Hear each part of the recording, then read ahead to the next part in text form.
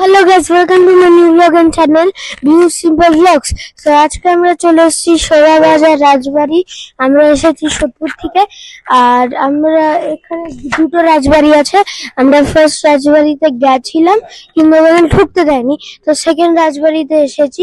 এখানে একটা কিছু মনে ফাংশন আছে, তো ঢুকে দেখছি এরকম সাজিয়েছে দুর্গাপুজোর জন্য। গাইস, এই কলা পাতায় এত বড় বড় ডাব দিয়ে এইখানটা সাজিয়েছে।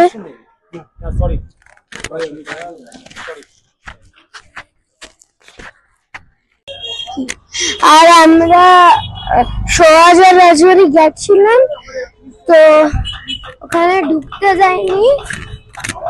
আর এইখানে অনেকগুলো ঠাকুর আছে। এই দেখো, সবাই চালচিত্র বানাচ্ছে।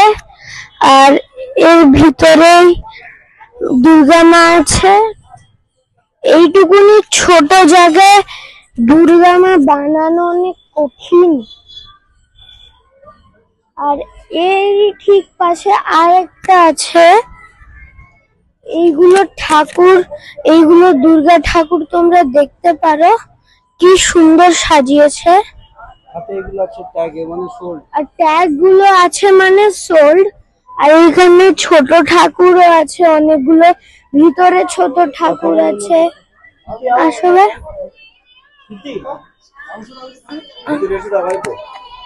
না, আমি কি কিছু জিনিস জিজ্ঞেস করবো, ওইগুলো একটু উত্তর